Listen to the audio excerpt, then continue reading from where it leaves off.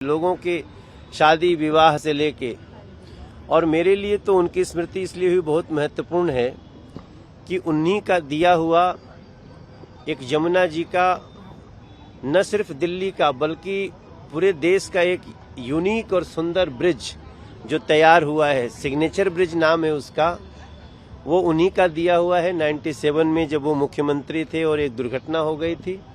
अब हम उस ब्रिज को उनके नाम से करने के लिए कागज आगे बढ़ाए हैं और मुझे लगता है कि दूसरों की सरकार रहते तो उनके कार्य को आगे ही नहीं बढ़ाया। आपको जान के आश्चर्य होगा कि जिस ब्रिज को 29 बच्चों के शहीद होने के बाद उस ब्रिज को जो फंड दिया उसको 11 साल तक रोका रहा उन सरकारों ने जो उनके बाद आए। आपको 98 के बाद जो सरकार थी आपको याद ही है।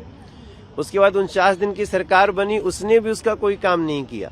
2014 में जब हम सांसद बने, नरेंद्र मोदी देश के प्रधानमंत्री बने, तब हमने उस ब्रिज को राष्ट्रपति शासन में बनाने का काम किया।